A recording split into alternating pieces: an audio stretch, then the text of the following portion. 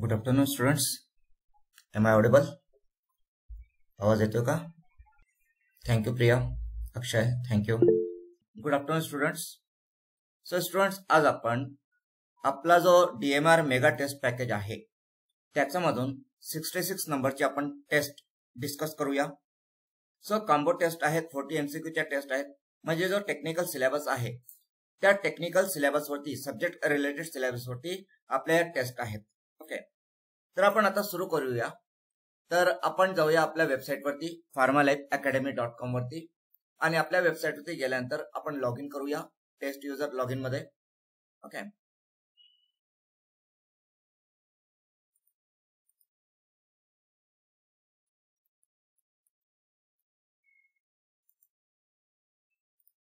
तर इथे आपण लॉग इन केलेलं आहे आपल्या अकाउंट मध्ये आणि आपण आपल्या डॅशबोर्डवरती आहोत.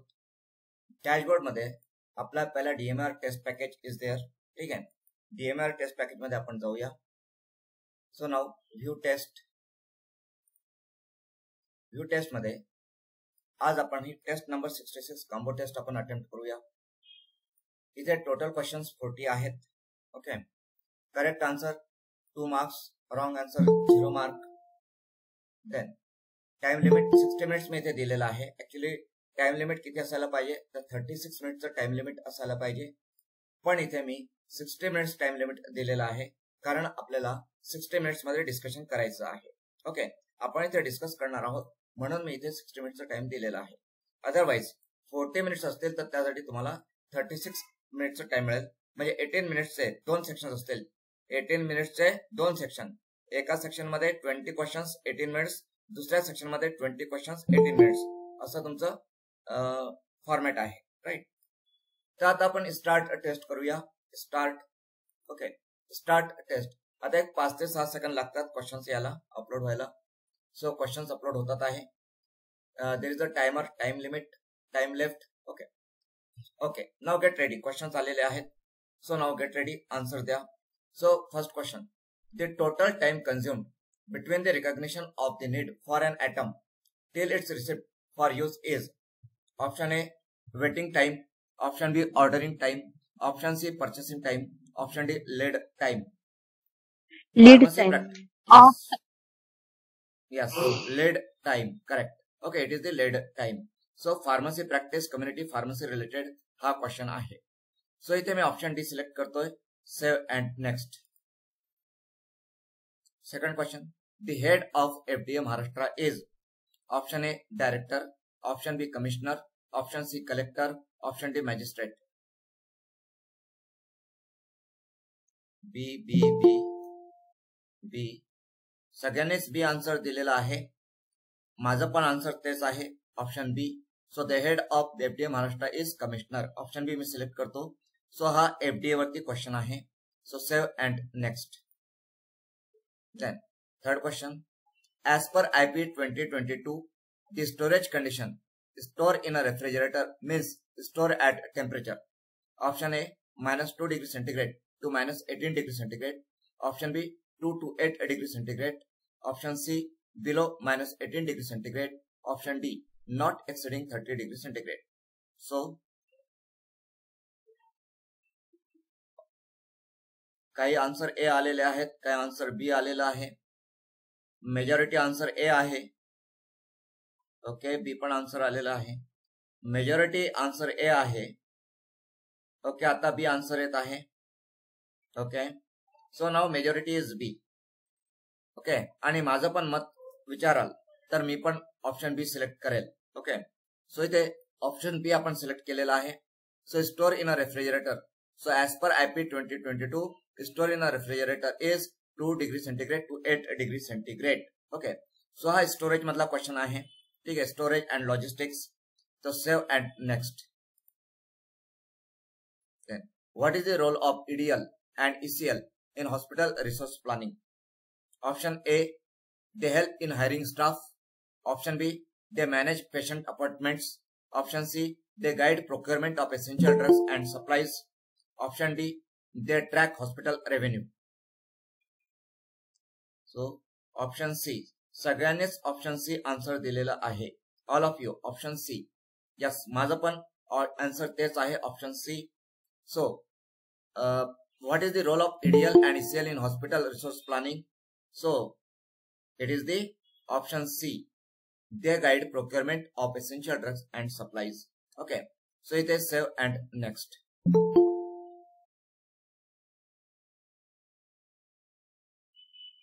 So, question. Which factor can increase the bioavailability of a drug? Option A, increase gastric emptying time. Option B, increase hepatic metabolism. Option C, decrease blood flow to the intestines. Option D, decrease solubility in the gastrointestinal tract. So, what is your answer? Answer माहित नसेल तर A ने type करू शकता. Not attempted. Okay. एक answer D आलेला आहे, decrease solubility. एक आन्सर ए आलेला आहे. ओके, ए आणि डी. त्यानंतर आन्सर बी पण आलेला आहे. ए, बी अँड डी असे 3 आन्सर्स आलेले आहेत. ओके, सो आता इथे ए जो आहे मेजॉरिटी आहे. ओके, तर ऑप्शन ए आपण सिलेक्ट करूया. मेजॉरिटी आन्सर ए देतात आहे. माझं पण आन्सर जे आहे I will go with option A, increase gastric emptying time. आता गॅस्ट्रिक एम्प्टिंग टाइम आणि बायोअवेलेबिलिटीचा संबंध काय आहे ते आपण इथे बघूया. So first, what is bio availability? Bio availability काय असते? तर bioavailability is the rate and extent of absorption of drug. म्हणजे ड्रग काय रेटने आणि किती अमाऊंट मध्ये. रेट अँड एक्सटेंट, काय रेटने म्हणजे किती टाइम मध्ये किती ड्रग हा सिस्टमिक सर्क्युलेशन मध्ये जातोय आणि साइट ऑफ ऍक्शनला तो अवेलेबल होतोय. That is the bio availability. Bio availability मध्ये रेट अँड एक्सटेंट महत्वाचं आहे. ठीक आहे, तर बायोअवेलेबिलिटी काय आहे? तर extent and rate and extent of absorption of drug, म्हणजे किती टाइम मध्ये किती ड्रग हा सिस्टमिक सर्क्युलेशन मध्ये जातो आणि तो साइट ऑफ ऍक्शनला अवेलेबल होतो. That is bio availability. आता इथे ऑप्शन मध्ये आपल्याला गॅस्ट्रिक एम्प्टिंग टाइम हा एक ऑप्शन दिलेला आहे. Gastric emptying time. आता गॅस्ट्रिक एम्प्टिंग टाइम म्हणजे काय? तर एखाद्या ड्रगला स्टमक मधून पास होण्यासाठी जो वेळ लागतो तो वेळ म्हणजे gastric emptying time. Okay, stomach मधून पास होण्यासाठी म्हणजे ड्रग हा इसोफॅगस मधून स्टमक मध्ये एंटर झालेला आहे. स्टमक मध्ये आल्यानंतर स्टमक मधून बाहेर पडून तो स्मॉल इंटेस्टाइन मध्ये जाईल. तर स्टमक मध्ये एंटर केल्यानंतर आणि त्याच्यानंतर तो एक्झिट करण्यासाठी म्हणजे स्टमक मधून बाहेर पडण्यासाठी, ड्रगला स्टमक मधून बाहेर पडण्यासाठी जो वेळ लागेल, ठीक आहे, म्हणजे टाइम, किती टाइम ड्रग हा स्टमक मध्ये राहतो, किती टाइम ड्रग हा स्टमक मध्ये राहतो, that is the gastric emptying time. Okay, आता गॅस्ट्रिक एम्प्टिंग टाइम जास्त असेल, ओके, गॅस्ट्रिक एम्प्टिंग टाइम हा जास्त आहे. इथे ऑप्शन काय? Increase gastric emptying time. Gastric emptying time वाढलेला आहे म्हणजेच ड्रग हा स्टमक मध्ये जास्त वेळ राहणार. Okay, more time, drug will be in the stomach for more time. आणि ड्रग हा जर मोर टाइम स्टमक मध्ये असेल तर त्याला जास्त वेळ मिळेल ऍब्झॉर्प्शन साठी. More time for absorption. Okay, आणि जर त्याला ऍब्झॉर्प्शनला जास्त वेळ मिळत असेल तर त्याचा जास्त प्रमाणात ऍब्झॉर्प्शन होईल. Extent of absorption will be more. Extent of absorption will be more from the stomach, right. आणि जर एक्सटेंट ऑफ ऍब्झॉर्प्शन मोर असेल तर त्याची बायोअवेलेबिलिटी सुद्धा जास्त असेल. Bioavailability will be more. Okay, तर इथे जे काही फॅक्टर्स दिलेले आहेत या फॅक्टर्स मध्ये पहिला factor increase gastric emptying time, तर हा पॉईंट आपण डिस्कस केला. त्यानंतर इनक्रीज हिपॅटिक मेटाबॉलिझम. हिपॅटिक मेटाबॉलिझम, जर लिव्हर मध्ये मेटाबॉलिझम इनक्रीज होत असेल तर त्याचा आणि बायोअवेलेबिलिटीचा काही संबंध नाहीये. ड्रगचा मेटाबॉलिझम केव्हा होईल? एक तर ड्रगचा फर्स्ट पास मेटाबॉलिझम असेल आणि फर्स्ट पास नसेल तर ड्रग बॉडीमध्ये सर्क्युलेट झाल्यानंतर त्याचं ऍब्सॉर्प्शन होईल. तर मेटाबॉलिझम हा जनरली बायोअवेलेबिलिटी नंतर येतो. पहिले बायोअवेलेबिलिटी असते, पहिले ड्रगचं ऍब्सॉर्प्शन होत असतं आणि ड्रगचं ऍब्सॉर्प्शन झाल्यानंतरच मेटाबॉलिझम होत असतं. बरोबर आहे. जोपर्यंत ड्रग ब्लडमध्ये एंटर करणार नाही तोपर्यंत तो ड्रग लिव्हरमध्ये पण जात नाही. म्हणजे मेटाबॉलिझमची प्रोसेस ही बायो अवेलेबिलिटीच्या नंतरची प्रोसेस आहे. तर त्यामुळे मेटाबॉलिझमचा बायो अवेलेबिलिटीवरती काही इफेक्ट होणार नाही, राईट. त्यानंतर decrease blood flow to the intestines. आता इथे decrease blood flow to the intestine, तर इथे ऍक्च्युअली बघितलं तर याच्यामुळे पण बायोअवेलेबिलिटी कमी होऊ शकते. कारण जे ऍब्सॉर्प्शन आहे, ठीक आहे, ऍब्सॉर्प्शन हे ब्लड फ्लो वरती डिपेंड करतं, रेट ऑफ ब्लड फ्लो. आता इथे दोन्ही पॉइंट म्हणजे एकतर पॉइंट ए आणि पॉइंट सी हे दोन्ही जर बघितले तर या दोन्ही पॉइंट्समुळे ड्रग बायोअवेलेबिलिटी इन्क्रीज होते, पण या दोन्ही पैकी मोस्ट अॅक्युरेट आन्सर आपल्याला सिलेक्ट करायचं आहे. तर या दोन्ही पैकी मोस्ट अॅक्युरेट आन्सर असेल ऑप्शन ए. ठीक आहे, कारण ऑप्शन ए मध्ये इनक्रीज गॅस्ट्रिक टाइम स्पेसिफिकली म्हटलेलं आहे. Okay, so option A is the most correct answer here. त्यानंतर decrease solubility in the gastrointestinal tract, तिथे सॉल्युबिलिटीचा प्रश्न येत नाही. There is no question of solubility. Okay, तर इथे what factor can increase the bioavailability of a drug, तर इथे most correct answer is option A, increase gastric time. Okay, gastric emptying time, increase gastric emptying time. By gastric emptying time increase होत असेल तर bioavailability increase होते. Okay, चला save and next. Okay, question 1 पासून सुरुवात करूया. So micro organisms that develop antimicrobial resistance are also called as. Option A superbugs, option B villain, option C superbacteria, option D champion. Okay, A answer आलेला आहे. A A A A yes, सगळ्यांनीच option A select केलेला आहे. माझं पण answer तोच आहे, option ए superbugs. Okay, तर जे अँटीमायक्रोबियल रेजिस्टन्स म्हणजे जे बॅक्टेरिया रेजिस्टंट होऊन जातात, जे बॅक्टेरिया अँटीबायोटिक्सला किंवा अँटीमायक्रोबियल एजंट्सला रेजिस्टंट होतात, तर त्यांना सुपरबग्स असं सुद्धा म्हटलं जातं. Okay, so option A select करूया इथे. Save and next. Then next question, which of the following is not a macrolide antibiotic. So classification of antibiotic वरती हा क्वेश्चन आहे. Classification of antibiotics. So option A erythromycin, option B spiramycin, option C azithromycin, option D vancomycin. Yes, answer माहित नसेल तर N A type करू शकता तुम्ही. What do you think? एकही आन्सर आलेला नाहीये. एक आन्सर डी आलेला आहे प्रज्वल. ओके प्रज्वल. एक आन्सर एन ए आलेला आहे अक्षयचा. ओके, दुसरा पण एन ए आलेला आहे. त्याने एक आन्सर सी आलेला आहे, डी आलेला आहे, एन ए आलेला आहे. सो इथे मेजॉरिटी आन्सर एन ए आहे. ठीक आहे, तर बघा इथे माझा जर तुम्ही विचाराल, माझा आन्सर असेल ऑप्शन डी वॅन्कोमायसिन. ओके, इरिथ्रोमायसिन, स्पिरामायसिन, एझिथ्रोमायसिन हे सगळे मॅक्रोलाइड अँटीबायोटिक्स आहेत. आणि वॅन्कोमायसिन जो आहे हा ग्लायकोपेप्टाइड अँटीबायोटिक आहे. कोणता? Glycopeptide. Okay, vancomycin is a glycopeptide antibiotic. It is not macrolide antibiotic. ठीक आहे, इरिथ्रोमायसिन मॅक्रोलाइड आहे, स्पिरामायसिन मॅक्रोलाइड आहे, एझिथ्रोमायसिन मॅक्रोलाइड आहे, पण वॅन्कोमायसिन हा ग्लायकोपेप्टाइड आहे. ग्लायकोपेप्टाइड अँटीबायोटिक आहे तो.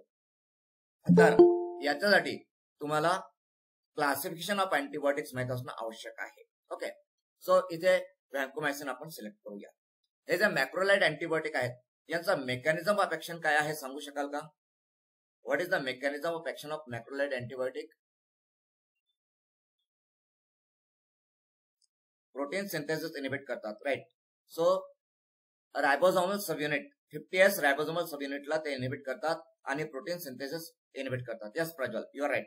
50S रायबोसोमल सबयुनिटला इनिबिट करून प्रोटीन सिंथेसिस इनिबिट करतात. ओके, तर इथे आपण मॅक्रोलाइड अँटीबायोटिक कोणता नाहीये त्या वॅन्कोमायसिन. सो ऑप्शन डी आपण इथे सिलेक्ट केलेला आहे. Now save and next. Then to prevent INH induced neurotoxicity is given along with it.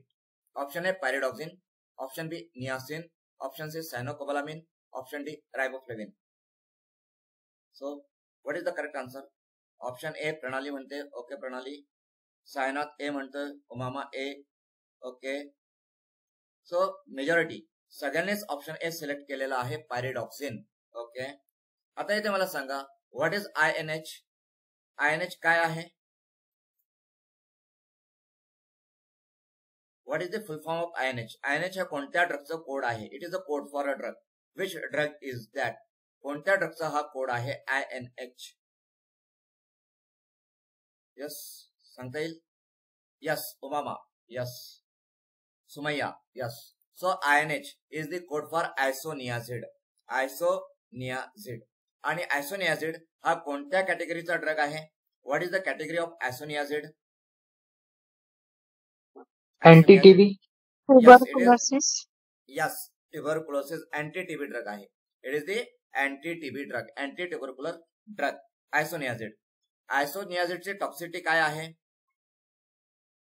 Toxicity. So isoniazid is hepatotoxic and neurotoxic. It is hepatotoxic, liver साठी तो toxic आहे आणि it is also neurotoxic. Okay, neurotoxicity पण आहे त्याची आणि hepatotoxicity पण आहे. Okay, neurotoxicity and hepatotoxicity. Okay, आता इथे हा जो आयसोनियाझिड आहे, ठीक आहे, तर याच्यामुळे न्यूरोटॉक्सिटीला अवॉइड करण्यासाठी, प्रिव्हेंट करण्यासाठी याच्यासोबत पायरिडॉक्सिन दिला जातो. What is pyridoxine? काय आहे pyridoxine? Vitamin B6. Yes, pyridoxine is vitamin B6, correct. And niacin is, niacin काय आहे? Niacin is vitamin B3. Okay, vitamin B3 आहे तो, B3, right, vitamin B3. Cyanocobalamin, cyanocobalamin is vitamin B12, correct, B12, correct. Then riboflavin is vitamin B. कोणता vitamin आहे riboflavin? So it is vitamin B2. Vitamin B2 आहे, 5 नाही. 5 हा pantothenic acid आहे. Okay, B2 is riboflavin आणि B5 is pantothenic acid. Pantothenic acid B5 आहे. आणि B1 कोणता आहे? Vitamin B1. So vitamin B1 is thiamine. It is the thiamine. Okay, ठीक आहे. तर इथे आपण ऑप्शन ए सिलेक्ट केलेला आहे. Save and next. Select systemic antifungal agent among the following. Option A, luliconazole. Option B, itraconazole. Option C, clotrimazole. Option D, iconazole. So यापैकी systemic कोणता? Option A, B, A. Option A आणि option बी. काही option A select करतात आहे, काही option बी. दोन्ही पण near about सेमच आहेत, ऑप्शन ए आणि ऑप्शन बी. काही लोकांनी ऑप्शन ए सिलेक्ट केलेला आहे, काहींनी ऑप्शन बी, राईट. माझं विचाराल तर माझा आन्सर असेल ऑप्शन बी, इट्राकोनॅझोल. विष्णू म्हणतोय option C, clotrimazole. So option B, that is what I select. Okay, तर सिस्टमिक अँटीफंगल एजंट म्हणजे जे आपण इंटरनली यूज करू शकतो, सिस्टमिकली यूज करू शकतो. तर systemic antifungal agent as per my opinion, as per my knowledge, it is B, itraconazole. बाकी लोलिकोनॅझोल, क्लोट्रिमॅझोल, इकोनॅझोल हे टॉपिकल अँटीफंगल एजंट्स आहेत. This are the topical antifungal agents. तर इथे आपण बी सिलेक्ट केलेला आहे. Save and next. Contraindication of fluoroquinolones is option A, female patients. Option B, age under 18 years. Option C, weight under 50 kilogram. Option D, weight above 50 kilogram. So what is the correct answer? B, B, B, B, B. Yes, मेजॉरिटीने B select केलेला आहे, सगळ्यांनीच B select केलेला आहे. मी पण B select करतो. Now जे फ्लोरोक्विनोलोन्स आहेत याचा एखादा एक्झाम्पल द्या बरं. Give one example of fluoroquinolones. Chloroquine. No. Ofloxacin, right. Ofloxacin. त्यानंतर ciprofloxacin. Yes, ciprofloxacin, ofloxacin, norfloxacin, floxacin, pefloxacin. Yes, pefloxacin, ciprofloxacin, ofloxacin, norfloxacin. These are the fluoroquinolones. Okay. Chloroquine हा quinoline आहे, quinolone. But त्याच्यामध्ये chlorine आहे. Chloroquine मध्ये chlorine आहे. Okay, तर इथे fluoroquinolones जे आहेत, ciprofloxacin, ofloxacin, norfloxacin, they are contraindicated under the age 18 years, below age 18 years. का बरं, काय कारण असेल सांगता येईल का? What is the reason? काय कारण आहे माहिती आहे का? की fluoroquinolones are contraindicated under the age of 18 years. तर याचं कारण असं आहे की हा जो हे जे फ्लोरोक्विनोलोन अँटीमायक्रोबियल एजंट्स आहेत हे पर्टिक्युलरली मस्क्युलो स्केलेटल सिस्टीमवरती ऍडव्हर्स इफेक्ट प्रोड्यूस करतात. कोणत्या सिस्टीमवरती? मस्क्युलो स्केलेटल सिस्टीम. आणि त्याच्यामध्ये पर्टिक्युलरली जे ग्रोईंग कार्टिलेज असतात, growing cartilage. Okay, growing cartilage. तर ग्रोईंग कार्टिलेज वरती हे ऍडव्हर्स इफेक्ट प्रोड्यूस करतात. ओके, फ्लोरोक्विनोलोन्स जे आहेत तर फ्लोरोक्विनोलोन्स हे ग्रोईंग कार्टिलेज वरती ऍडव्हर्स इफेक्ट प्रोड्यूस करतात आणि under the age of 18 years cartilage grow होत असतात, मसल्स डेव्हलप होत असतात, मसल बिल्डअप होत असतात, राईट. आणि जर under the age of 18 years जर आपण फ्लोरोकिनोलन्स यूज केलेत तर तिथे कार्टिलेजची प्रॉपर ग्रोथ होणार नाही, मस्क्युलोस्केलेटल सिस्टमची प्रॉपर ग्रोथ होणार नाही, तिथे त्याचे ऍडव्हर्स इफेक्ट होतील, कार्टिलेज आणि मसल्स वीक होतील. Weakness of the cartilage and muscles will be there. म्हणून under the age of 18 years fluoroquinolones are contraindicated. Okay, now save and next. Select meiotic drug among the following drugs. Option A, atropine. Option B, pilocarpine. Option C, phenylephrine. Option D, tropicamide. Yes, which B. one is the meiotic? Okay, B. B. Vishnu म्हणतो B. Okay. Others? एक answer B आलेला आहे. Okay, ज्यांना answer माहित नसेल त्यांनी NA type करावं. Type NA जर आन्सर माहित नसेल तर. ओके, एक NA आणि B. आता बघा मॅक्सिमम NA किंवा UA आलेला आहे. ओके, तर लक्षात घ्या, काल आपण पॅरासिम्पॅथेटिक नर्वस सिस्टीम आणि सिम्पॅथेटिक नर्वस सिस्टीम आपण स्टडी केलेला आहे. पॅरासिम्पॅथेटिक मध्ये आपण कोलिनर्जिक ड्रग्स बघितलेत, कोलिनर्जिक ड्रग्स. ओके, आणि त्याच्याच मध्ये आपण त्याचा ऑपोजिट अँटी कोलिनर्जिक्स बघितलेत, anti cholinergics, right. So cholinergic आणि अँटी कोलिनर्जिक्स. कोलिनर्जिक्स म्हणजे काय तर पॅरासिम्पॅथोमायमेटिक्स. कोलिनर्जिक म्हणजे काय, पॅरासिम्पॅथोमायमेटिक्स. आणि अँटी कोलिनर्जिक म्हणजे काय तर पॅरासिम्पॅथोलायटिक्स. पॅरासिम्पॅथोलायटिक्स आर अँटी कोलिनर्जिक्स. तर कोलिनर्जिक मध्ये पिलोकार्पिन हा ड्रग येतो, पिलोकार्पिन. ओके, त्याचा बिथॅनोकॉल ड्रग आहे, ऍसिटाइल कोलिन आहेत. ते सगळे काय ड्रग आहेत तर हे ड्रग असे आहेत की जे प्युपिलचं साईज कमी करतात. प्युपिल साईज कमी करतात, constriction of the pupil. Pupil size कमी करतात, constriction of the pupil produce करतात, कॉन्स्ट्रिक्शन ऑफ द प्युपिल. आणि जे अँटीकोलिनर्जिक ड्रग्स असतात, फॉर एक्झाम्पल ऍट्रोपिन सारखे अँटीकोलिनर्जिक ड्रग्स जे की प्युपिल साईज इन्क्रीज करतात, प्युपिल साईज इन्क्रीज करतात. ओके, प्युपिल साईज इन्क्रीज करतात. आता जे ड्रग्स प्युपिल साईज कमी करतात, कॉन्स्ट्रिक्ट करतात, त्यांना आपण काय म्हणतो तर त्यांना आपण मिओटिक्स म्हणतो, मिओटिक्स, राईट, मिओटिक्स. आणि जे ड्रग्स प्युपिल साईज इन्क्रीज करतात त्यांना आपण मिड्रियाटिक्स म्हणतो, मिड्रियाटिक्स. ओके, मिड्रियाटिक्स. आता हे जे ड्रग्स आहेत मिओटिक ड्रग, हे ड्रग इंट्राऑक्युलर प्रेशर किंवा इंट्राऑक्युलर टेन्शन कमी करतात, इंट्राऑक्युलर प्रेशर डिक्रीज करतात. ओके, आणि म्हणून या ड्रग्सला आपण ग्लाउकोमाच्या ट्रीटमेंटमध्ये वापरतो. We use this drugs in the treatment of glaucoma, right. म्हणजेच जे मिओटिक ड्रग्स आहेत म्हणजेच ते कोलिनर्जिक ड्रग्स असतात आणि ते ग्लाउकोमाच्या ट्रीटमेंटमध्ये यूज केले जातात कारण ते इंट्राऑक्युलर प्रेशर रिड्यूस करतात. तर जे अँटीकोलिनर्जिक ड्रग असतात ते मिड्रियाटिक्स आहेत, ते प्युपिल साईज इन्क्रीज करतात आणि त्यांचा वापर आय एक्झामिनेशन मध्ये होतो, I examination.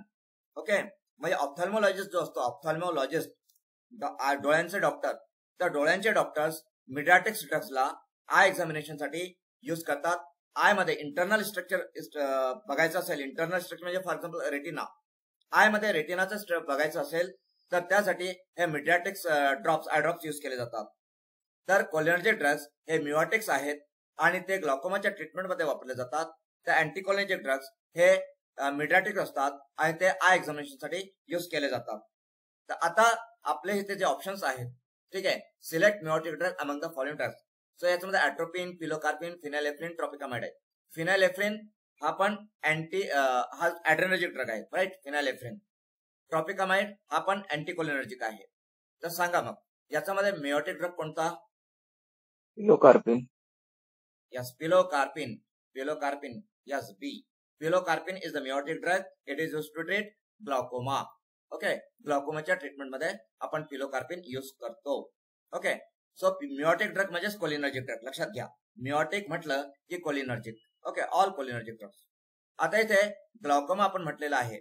Now what is glaucoma? काय आहे ग्लाउकोमा? सांगू शकाल का what is glaucoma? Presence of intraocular pressure of eye. बघा, यस, इंट्राऑक्युलर प्रेशरचा इम्पॉर्टंट रोल आहे ग्लाउकोमा मध्ये. पण प्रत्येक वेळेस ग्लॉकोमामध्ये आयओपी इन्क्रीज झालेला नसतो. इंट्राऑक्युलर प्रेशर किंवा इंट्राऑक्युलर टेन्शन प्रत्येक वेळेस इन्क्रीज असतो असं नाही. ग्लॉकोमा म्हणजेच damage to the optic nerve due to any reason that cause blindness. बघा मी डेफिनेशन सांगतो इथे, मग आपण तुम्ही जे सजेस्ट केलेलं त्याच्यावरती विचार करू.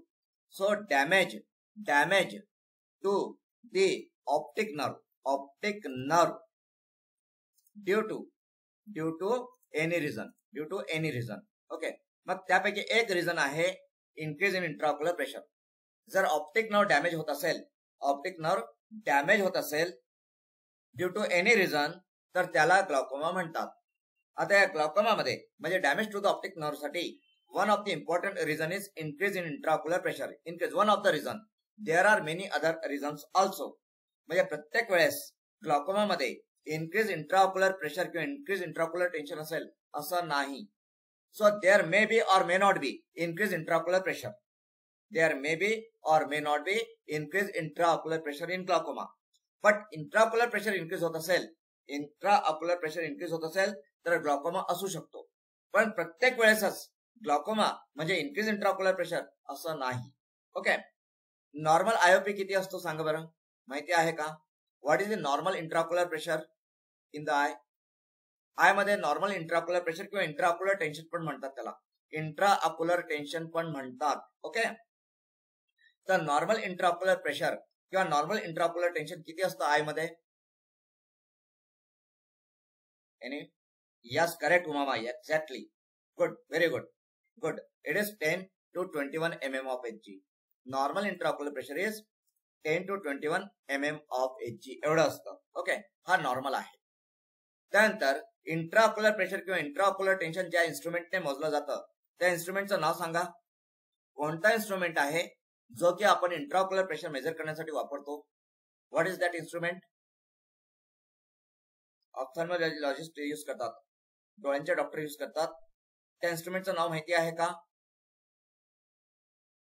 So the name of that instrument is tonometer. Tonometer लक्षात घ्या.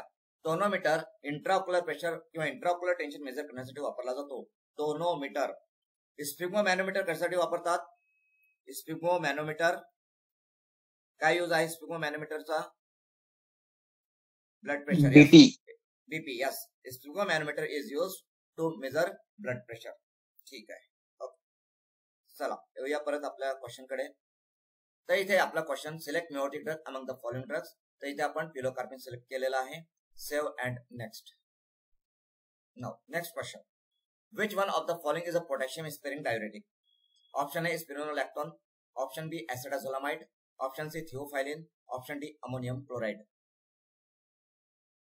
ए A A A A A या सगळ्यांनीच ऑप्शन ए सिलेक्ट केलेला आहे.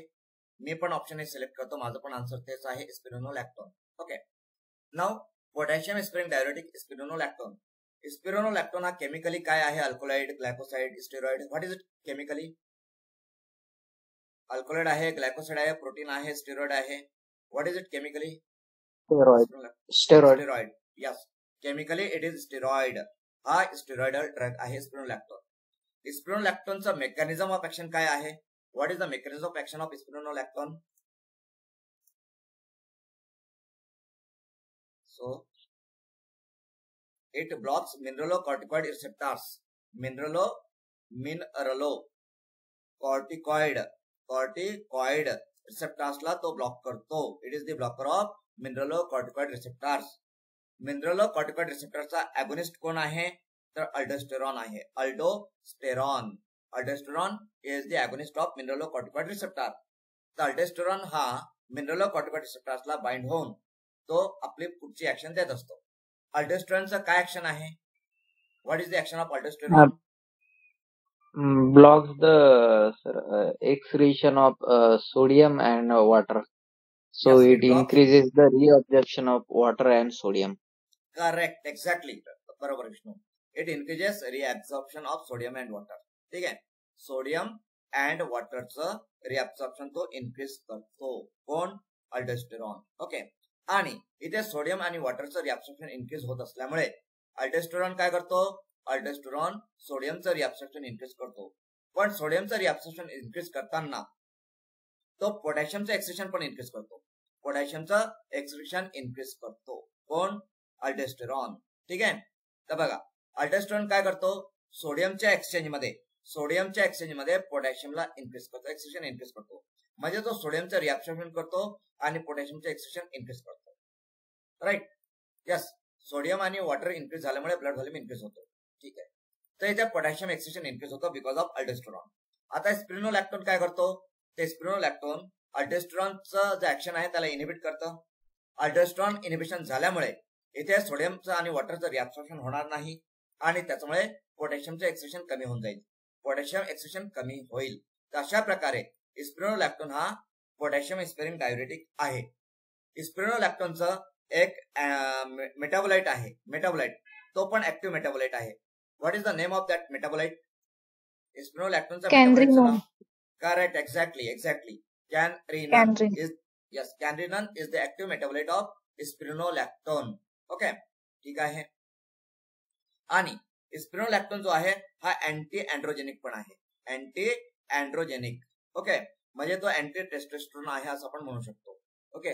अँटी अँड्रोजेनिक त्याचे इफेक्ट्स आहेत. ओके. ठीक आहे. देन सो इथे आपण येऊया परत आपल्या क्वेश्चन कडे. So which one of the following is a potassium sparing diuretic? That is spironolactone. आणि ऍसिटाझोलामाइड. ऍसिटाझोलामाइडचं काय मेकॅनिझम ऑफ ऍक्शन आहे? What is the mechanism of action of ऍसिटाझोलामाइड?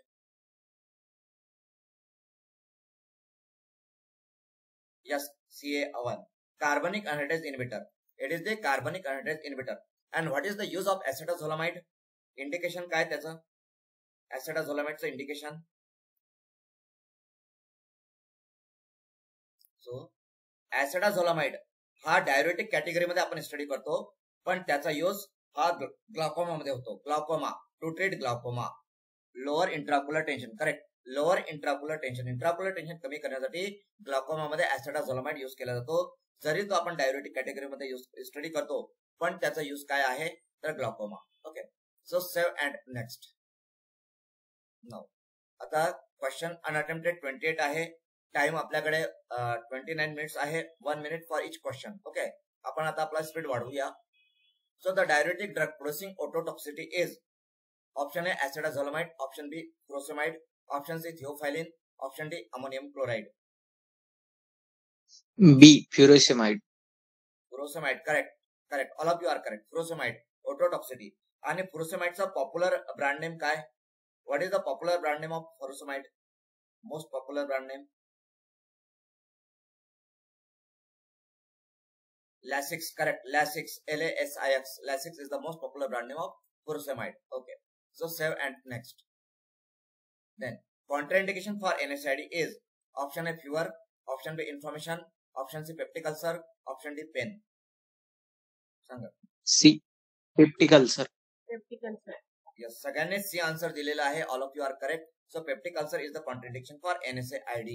Okay. NSAID non-steroidal anti-inflammatory drugs. तर त्याच्यामुळे peptic ulcer होऊ शकतो. आता सांगा की NSAID मुळे पेप्टिक अल्सर का होऊ शकतो?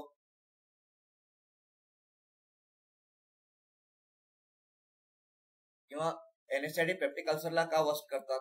काय कारण असेल सांगता येईल? NSAID are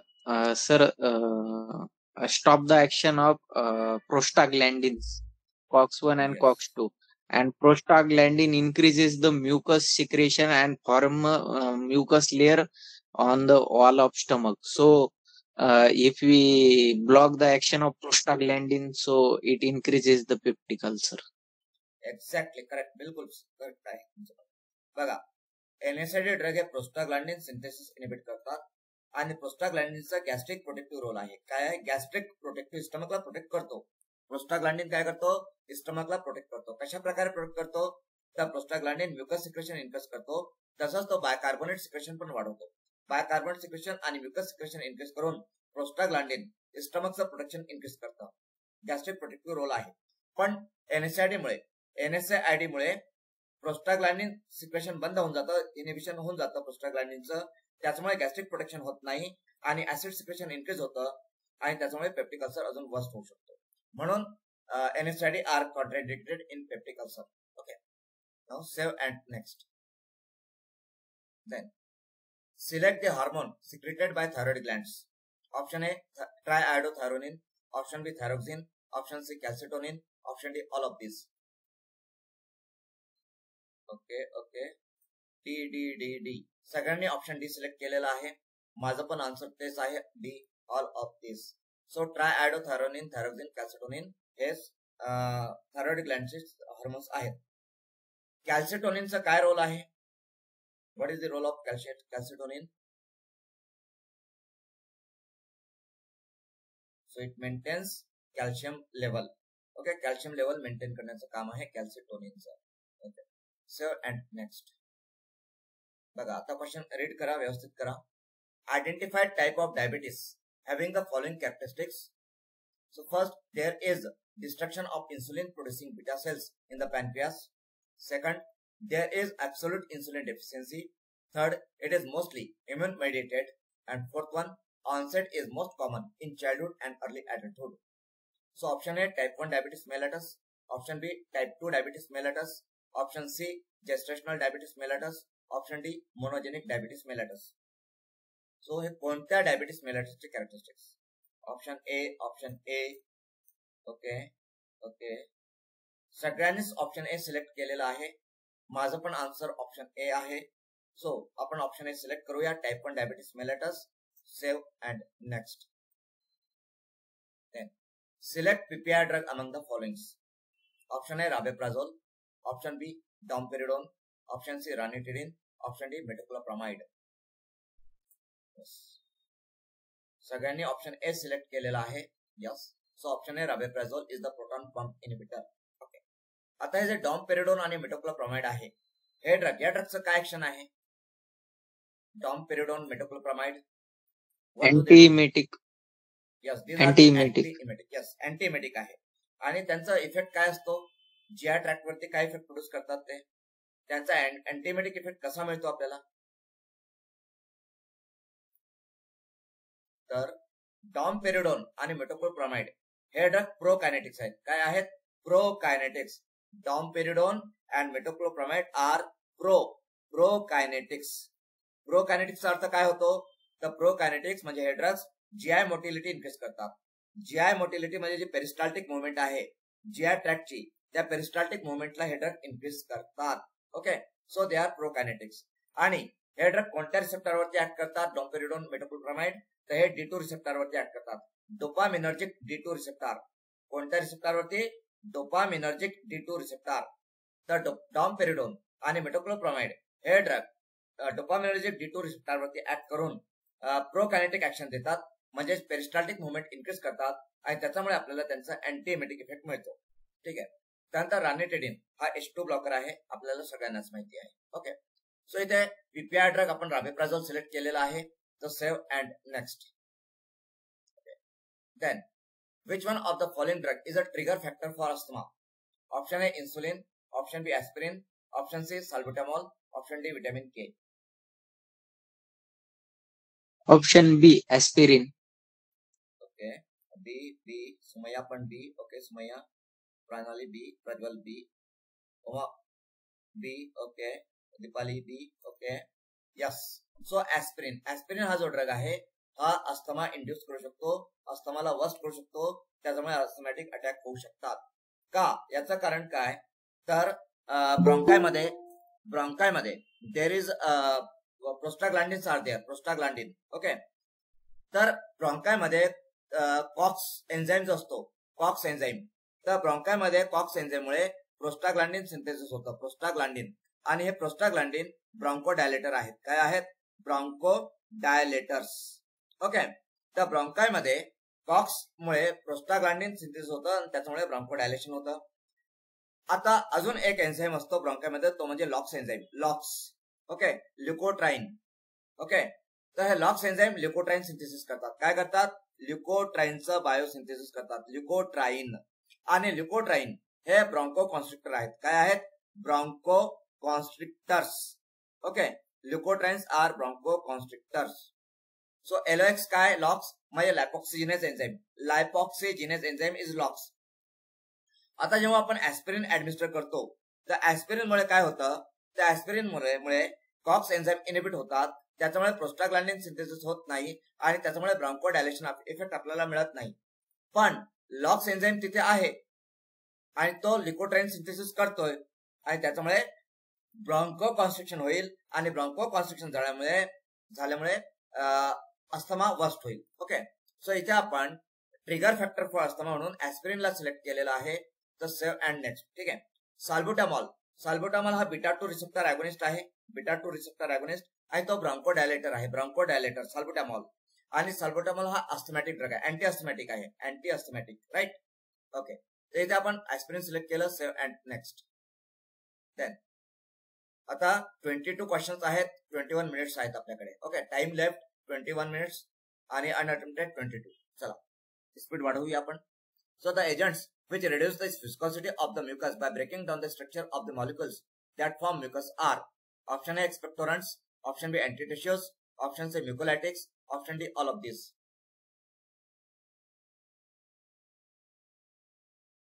आन्सर द्या. म्युकोलायटिक्स. ओके, म्युकोलायटिक्स. सगळ्यांनी सी आन्सर दिलेला आहे. माझं पण आन्सर तेच आहे, म्युकोलायटिक्स. सो एक्सपेक्टोरंट्स आणि म्युकोलायटिक्स मध्ये काय फरक आहे?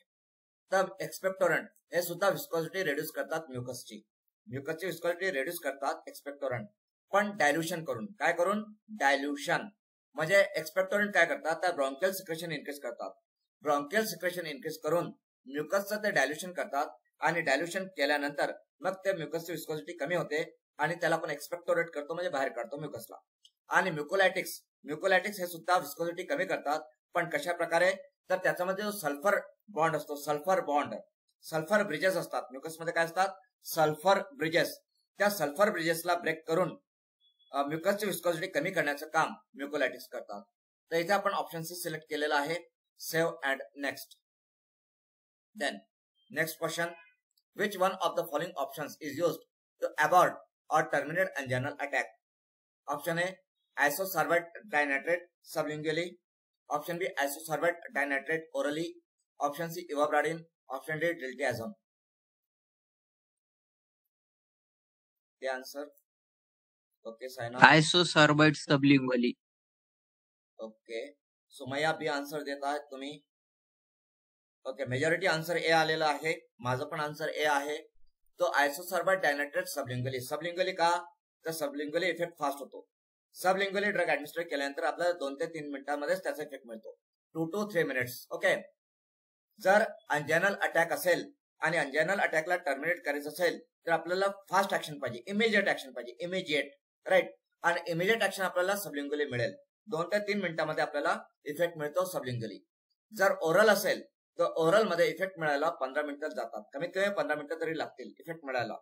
तर अटॅक आहे, त्या अटॅकला टर्मिनेट करायचं आहे, तर त्यासाठी सबलिंग्युअली दिलं जाईल isosorbide dinitrate. Okay, so isosorbide dinitrate sublingually. Save and next. Then which of the following is a solid dosage form of medicament meant for slow dissolution in the mouth?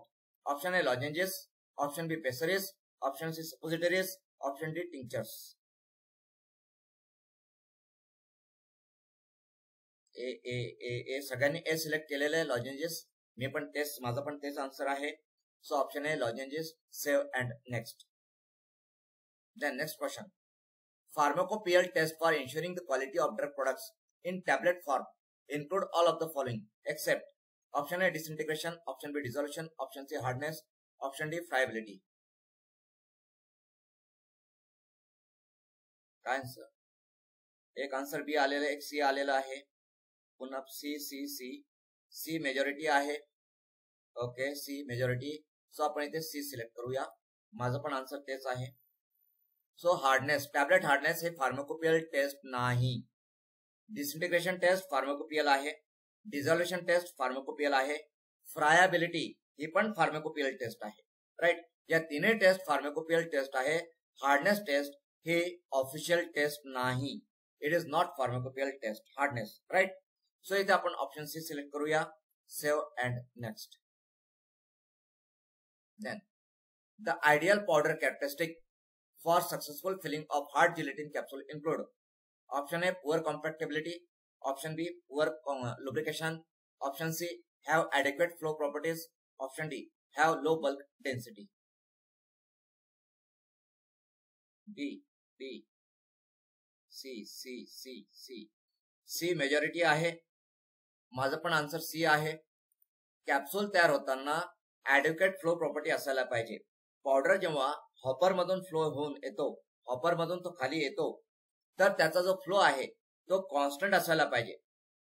तर जर पावडरचा flow हा कमी जास्त होत असेल तर ज्या कॅप्सूल्स तयार होतील त्याच्यामध्ये वेट व्हेरिएशन होईल. काय होईल? Weight variation. राईट. म्हणून जो फ्लो प्रॉपर्टी असते टॅबलेट पावडरची कॅप्सूल तयार करताना ती फ्लो कॉन्स्टंट असायला पाहिजे. तो कमी जास्त व्हायला नको. सेम रेटने फ्लो असायला पाहिजे. Okay. So have adequate flow properties हे करेक्ट आहे इथे. Okay. So save and next. Now, the shells of soft gelatin capsules may be made elastic or plastic-like by the addition of option A sorbitol, option B povidone, option C PEG, option D HPMC. HPMC answer आलेला आहे D. सगळ्यांनीच option D answer दिलेला आहे. आणि माझा विचाराल तर मी option इथे जो आहे sorbitol option A me select करेल. बट मेजॉरिटीने डी दिलेला आहे म्हणून मी मेजॉरिटी सोबत जाईल. ओके. HPMC. बट इथे जो प्लास्टिसायझर आहे, प्लास्टिसायझर जो की प्लास्टिसिटी किंवा इलास्टिसिटी मेंटेन करतो सॉफ्ट जेलेटिन कॅप्सूलची, म्हणजे मॉइश्चर मेंटेन करतो, सफिशियंट मॉइश्चर मेंटेन करतो. सॉफ्ट जेलेटिन कॅप्सूलमध्ये सफिशियंट मॉइश्चर असणं आवश्यक आहे. राईट. आणि ते सफिशियंट मॉइश्चर मेंटेन करण्यासाठी सॉर्बिटॉल हा प्लास्टिसायझर म्हणून युज केला जातो सॉफ्ट जेलेटिन कॅप्सूल मध्ये. सॉर्बिटॉल सोबत ग्लिसरीन पण युज केला जातो. ग्लिसरीन, सॉर्बिटॉल प्लस ग्लिसरीन हे कॉम्बिनेशन नॉर्मली मॉइश्चर मेंटेन करण्यासाठी किंवा प्लास्टिक इलास्टिसिटी मेंटेन करण्यासाठी सॉफ्ट जेलेटिन कॅप्सूल मध्ये वापरलं जातं. So option A is correct as per my opinion, my view. पण मेजॉरिटी स्टुडंट्सने ऑप्शन डी सिलेक्ट केलं, ऑप्शन दिलं होतं म्हणून मी ते डी सिलेक्ट करतो आणि आपण पुढे जाऊया. So save and next. No. Pessaries are use to administer drugs to option A eye, option B rectum, option C vagina, option D year.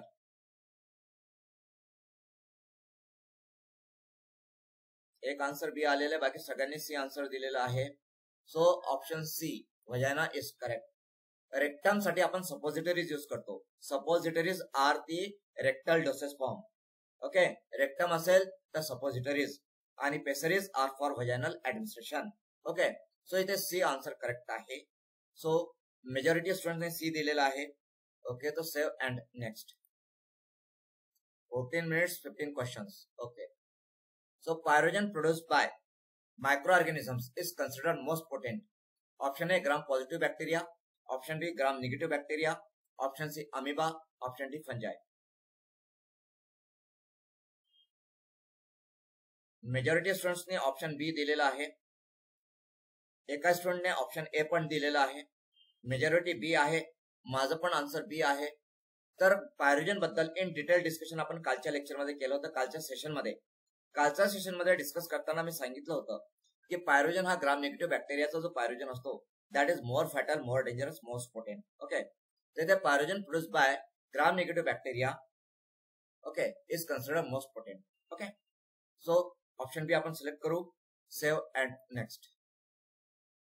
Then as per D&C Act Schedule T stated is about option A requirements of factory premises for the manufacture of medical devices, option B requirements of factory premises for the manufacture of homeopathy drugs, option C requirements of factory premises for the manufacture of Ayurvedic, Siddha and Unani drugs, option D requirements of factory premises for the manufacture of allopathy drugs. Okay. C सगळ्यांनीच option C select केलेला आहे. माझं पण answer तेच आहे. So option C आपण इथे select करूया. Save and next. Then the schedule in D&C Act that deals with particulars to be shown in manufacturing and analytical reports of drugs is option A Schedule V, option B Schedule X, option C Schedule U and option D Schedule W. Schedule U. Yes, majority सगळ्यांनीच option C select केलेला आहे. माझं पण answer तेच आहे. So आपण option C select करूया and save and next. Then next question.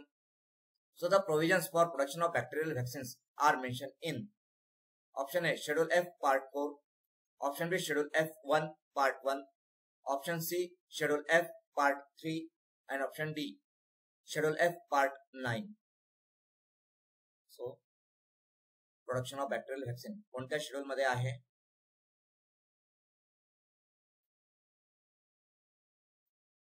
Answer द्या. ओके, एक आन्सर बी आलेला आहे. ओके, बी, दोन आन्सर बी आलेत. ओके, नॉट अटेम्प्टेड पण आन्सर आलेला आहे. ओके, तर माझं पण जे आन्सर आहे ते ऑप्शन बी आहे. Okay, I will select option B आणि मेजॉरिटी स्टुडंट्सने पण ऑप्शन बी सिलेक्ट केलेलं होतं. So provisions for production of bacterial vaccine are given in schedule F1 part 1. आता मला एक सांगा की शेड्यूल एफ मध्ये पार्ट 12B कशासाठी आहे सांगा बरं. Part 12B and part 12C. Part 12B is for Schedule F. Part 12B umbilical cord, blood product, blood bank.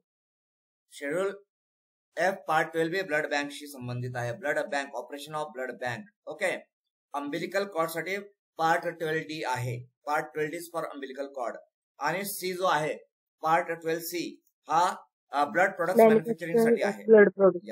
Yes, manufacturing of blood products. Okay, आणि विष्णू 12D जो आहे part 12D that is for umbilical cord. तो umbilical cord साठी आहे. Okay, ठीक आहे. So save and next. Then PCI consists of different types of members. Option A 4 different types, option B 2 different types, option C 3 different types, option D 5 different types of members. So 3. Yes, 3 different types of members are there in PCI. कोणते 3 different types?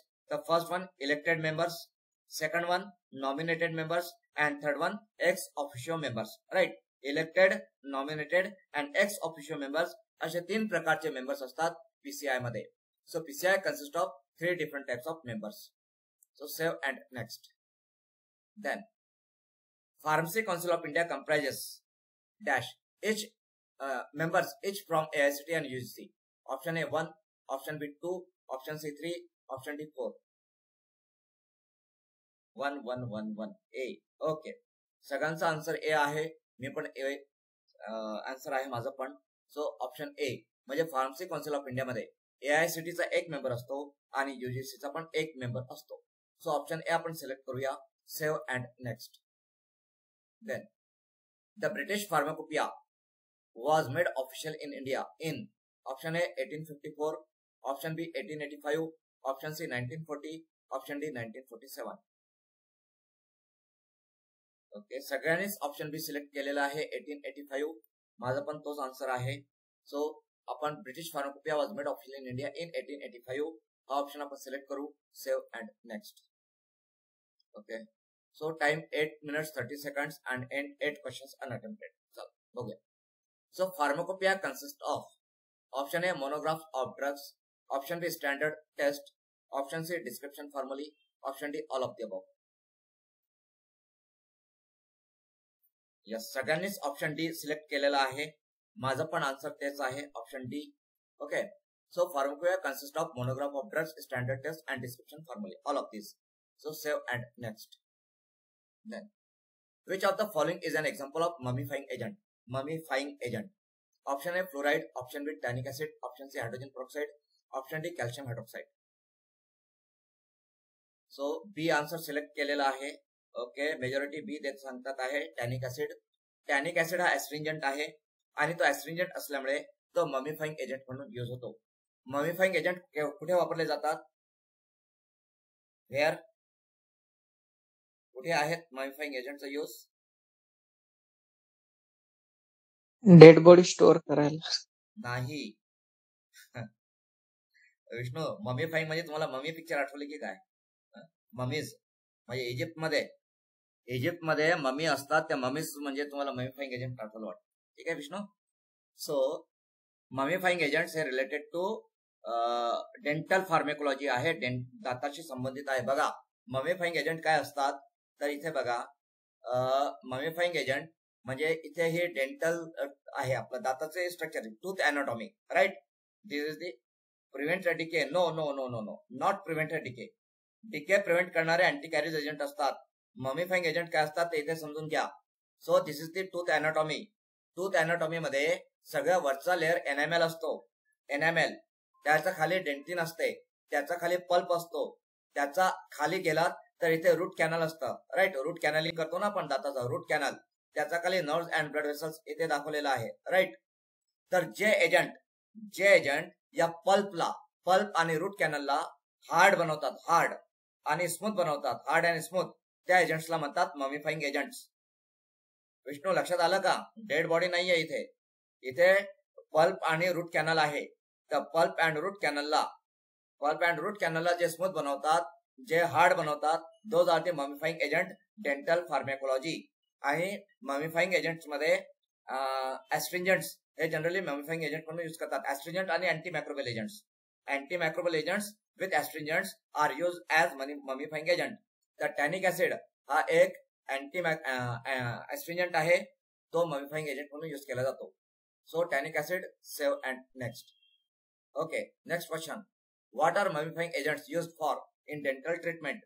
Option A to whiten teeth, option B to stimulate nerve growth, option C to harden and dry pulp and root canal tissues, option D to lubricate the root canal. त्या विचारायची गरज नाहीये. Okay, option C मी select करतो. Save and next.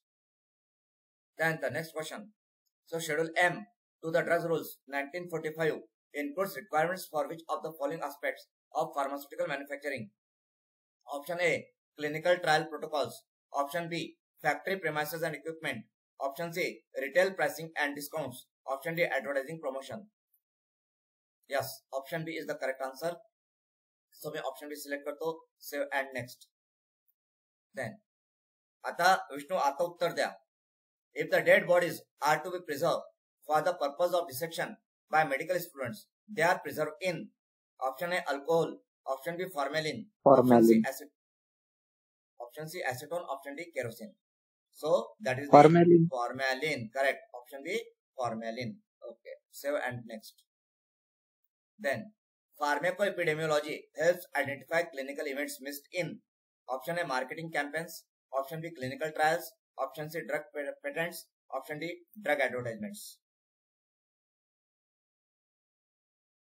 Okay, तर सगळ्यांनी option B select केलेला आहे. मी पण ऑप्शन बी सिलेक्ट करतो, clinical trials. Now what is pharmacoepidemiology? काय असते फार्मेकोएपिडेमियोलॉजी?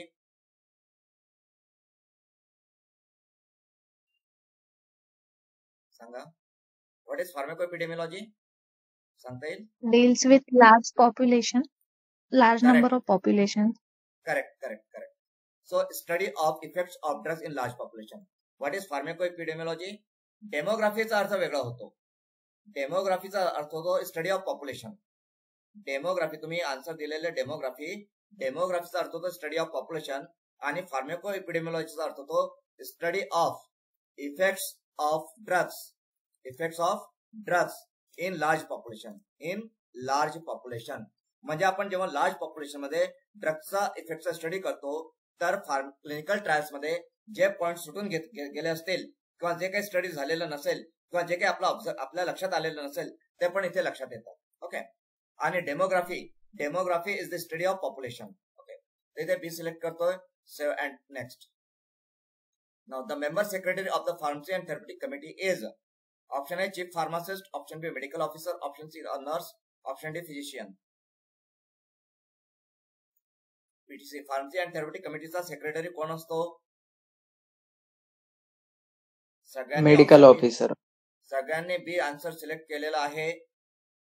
माझा आन्सर आहे ऑप्शन ए. मृणालचा आन्सर करेक्ट आहे ऑप्शन ए.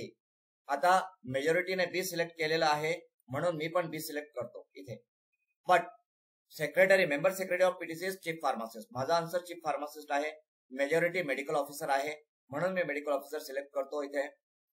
करेक्ट आन्सर चीफ फार्मासिस्ट आहे इथे. ओके, ठीक आहे. So save and next. Now what does the term, आता शेवटचा प्रश्न आहे आपला, last question unattempted one. So what does the term RX on a prescription stand for? Option A eye of Horus, option B you take, option C symbol for Jupiter god of healing, option D all of this. या सगळ्यांनीच एक option बी एक आलेलं आहे, बाकी सगळ्या दोन option दोन आलेत, ऑप्शन बी दोन आलेत, ऑप्शन बी दोन आलेत, बाकी ऑल आन्सर जे आले ते डी आलेलं आहे. सो माझं पण जे आन्सर आहे ते पण ऑल ऑफ दिस आहे. Okay, D. मी पण ऑल ऑफ दिस सोबत जाईल. तर RX चा सिम्बॉल आहे, त्याचा अर्थ आय ऑफ ऑरस होतं, यूटेक पण होतं, आणि गॉड ऑफ हिलिंग जो ज्युपिटर आहे, ग्रीक गॉड, ठीक आहे, Greek God Jupiter god of healing. जसं आपल्याकडे धन्वंतरी आहे, आपल्याकडे काय धन्वंतरी, तसं ग्रीक लोकांमध्ये ज्युपिटर आहे. ओके, तर इथे ऑप्शन डी सिलेक्ट करू, सेव्ह अँड नेक्स्ट. ओके, तर इथे आपले ऑल क्वेश्चन अटेम्प्टेड 40 झालेले आहेत, अनअटेम्प्टेड 0 आहेत. सगळेच क्वेश्चन्स आपण अटेम्प्ट केलेले आहेत. सो आता आपण इथे फिनिश टेस्ट करूया. करू test finish. Okay, agree? Okay okay, चला finish test. Okay, so now result. This is your result. Okay, so total questions 40, correct answer 38, wrong answer 2, score 76. Out of 80, 76 is your answer, your result. Okay, आता इथे जे wrong झालेत ते आपण बघूया. दोन wrong होते, ते कोणते होते, काय रॉंग झालं आपलं?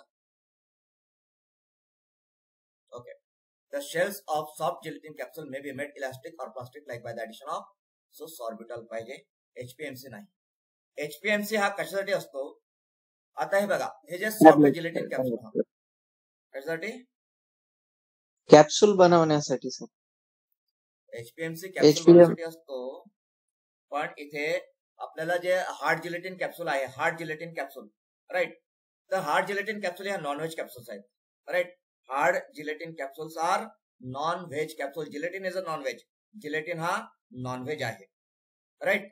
तो ऍनिमल बोन्स पासून डायरेक्टली तयार केला जातो. ऍनिमल बोन्स पासून हायड्रोलिसिस प्रोसेस करून जिलेटिन तयार केला जातो, म्हणजे तो नॉन-व्हेज प्रोडक्ट आहे. तर आपल्या देशामध्ये मेनी लोक असे आहेत की ते कॅप्सूल घेत नाही. का घेत नाही ते capsule? Because it is a non veg product. जे प्युअर व्हेजिटेरियन आहेत ते कॅप्सूल घेत नाहीत जनरली. ओके, तर आता व्हेजिटेरियन कॅप्सूल पण अवेलेबल झालेत मार्केटमध्ये. व्हेजिटेरियन कॅप्सूल म्हणजे प्लांट प्रोडक्ट पासून तयार होणाऱ्या. तर HPMC हा एक प्रोडक्ट आहे जो की प्लांट पासून तयार केला जातो. सेल्युलोज आहे तो काय आहे? सेल्युलोज. सेल्युलोज हा प्लांट प्रोडक्ट आहे. तर HPMC पासून पण आता हार्ड कॅप्सूल्स तयार व्हायला लागलेले आहेत, ज्या की व्हेजिटेरियन कॅप्सूल्स आहेत. ओके, सो HPMC हा हार्ड कॅप्सूल तयार करण्यासाठी वापरला जातो, व्हेजिटेरियन कॅप्सूल्स तयार करण्यासाठी वापरला जातो. ओके, कोटिंग एजंट पण आहे ना sir? Yes, it is coating agent also. टॅबलेटच्या केसमध्ये बघितलं तर तो कोटिंग एजंट आहे इन केस ऑफ टॅबलेट.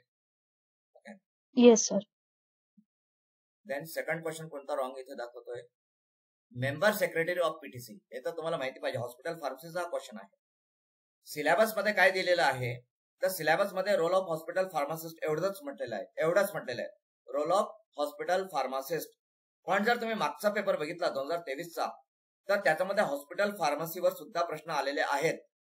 तर फक्त तुम्ही hospital pharmacist, role of hospital pharmacist एवढाच स्टडी करू नका. तर टोटल जो हॉस्पिटल फार्मसी सब्जेक्ट आहे तो पूर्णच्या पूर्ण सब्जेक्ट एकदा रिवाइज करा.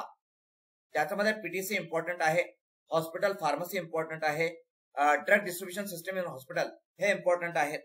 तर हॉस्पिटल फार्मसी हा पूर्ण सब्जेक्ट इम्पॉर्टंट आहे, तो पूर्ण सब्जेक्ट रीड करा. मागचा पेपर बघितला तर त्याच्यामध्ये तुम्हाला असे क्वेश्चन दिसतील जे हॉस्पिटल फार्मसीवरती आहेत, फक्त रोल ऑफ हॉस्पिटल फार्मसिस्ट असा प्रश्न नाही. तर त्यामुळे हॉस्पिटल फार्मसी हा पण पूर्ण सब्जेक्ट तुम्हाला स्टडी करायचा आहे. तसेच ह्युमन अॅनाटॉमी फिजिओलॉजी हा पण पूर्ण सब्जेक्ट तुम्हाला स्टडी करायचा आहे. FSSAI food and safety act जो आहे तो पण तुम्हाला स्टडी करायचा आहे. ओके, तर स्टुडंट्स आज आपण इथे आपली ही एक टेस्ट कंप्लीट केलेली आहे. नेक्स्ट वीकला पण आपण अशाच टेस्ट कंटिन्यू करूया सॅटर्डे संडेला. ओके, तर आय होप की तुमचं इथे व्यवस्थित प्रॅक्टिस होत आहे आणि तुमचं स्टडी पण चालू आहे. आता तुम्हाला तुमच्या स्टडीमध्ये काही डाऊट असतील, काही प्रॉब्लेम असतील, काही क्वेरीज असतील काय विचारायचं असेल तर विचारा. Session is open for the discussion. Okay, काय विचारायचं का कुणाला? सगळ्यांचे हॉल तिकीट मिळालेत, ऍडमिट कार्ड मिळालेत सगळ्यांना? Yes sir. ओके, ज्यांनी मला अजून ऍडमिट कार्ड पाठवलेलं नाही, आपले जे क्लासचे स्टुडंट्स आहेत त्यांना सांगतोय की ज्यांनी ऍडमिट कार्ड मला अजून दिलेले त्यांनी ऍडमिट कार्ड शेअर करावं. ऍडमिट कार्ड म्हणजे तुमचं डेट आणि टाइम काय आहे आणि सेंटर काय एक्झामचं ते मला इन्फॉर्म करा. जे आपले स्टुडंट्स आहेत त्यांच्यासाठी मी सांगतोय. ओके, ठीक आहे. ओके, सो कुणाला काय विचारायचं आहे का अजून?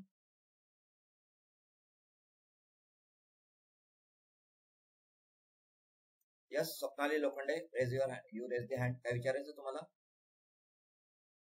सर मी क्लासमध्ये नाही बट पॅकेज घेतले आहे 249. ओके प्रणाली, सो तुम्हाला काही डाऊट असतील, काही क्वेरीज असतील तर यू कॅन आस्क मी. आणि इथेच नाही तर आपल्या ग्रुपमध्ये तुमच्यासाठी पण ग्रुप आहे, आपला PLA बुकचा ग्रुप आहे, किंवा तुम्ही बाकी ग्रुपमध्ये असाल तर तिथे पण तुम्ही प्रश्न विचारू शकता किंवा पर्सनली पण विचारू शकता. एक्झाम डेट 24 आहे. ओके ओके ओके, तर आपल्या क्लासचे मेनी स्टुडंट्स आहेत. तर हे याच्यासाठी मी तुम्हाला म्हणतो की ज्यांचं एक्झाम डेट आणि एक्झाम सेंटर सेम आहेत त्यांनी स्वतः आपसात कोलॅबोरेशन करून, प्रॉपर प्लॅनिंग करून, प्रॉपर डिस्कशनसाठी वेळ काढा एक्झामच्या आधी. आणि सोबत जर शक्य असेल तर एक्झामच्या आधी ग्रुप बनवून ग्रुपमध्ये डिस्कशन करा. Group discussion is the best way of study. आणि शक्य असेल जास्तीत जास्त स्टुडंट पुण्याचे असतील आणि पुण्यामध्ये जर एका टायमिंगला जर जास्तीत जास्त स्टुडंट असतील एका सेंटरला तर may be I will be there. मी एक्झामच्या दिवशी टाइम ऍडजस्ट झालं तर मी तिथे सेंटरला असेल. I will be there in Pune on the centre. तर तुमच्या सेंटरचं म्हणून तुम्ही मला शेअर करा.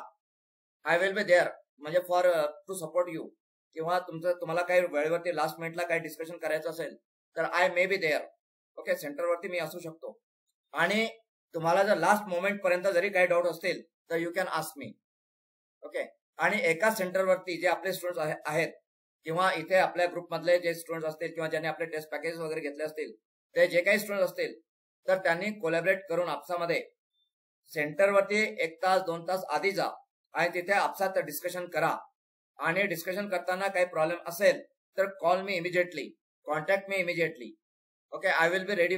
मी 24 आवर्स 24 म्हणजे एक्झाम पिरियडमध्ये 17 ते 24 I am available for you 24 hours.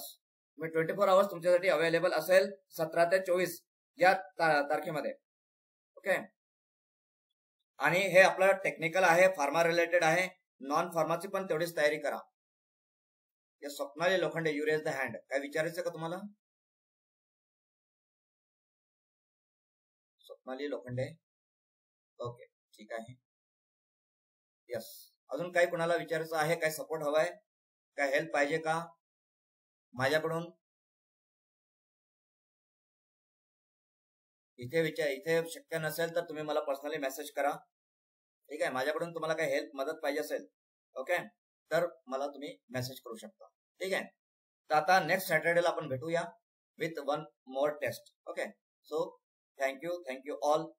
Okay, so let's continue next Saturday. Okay, thank you.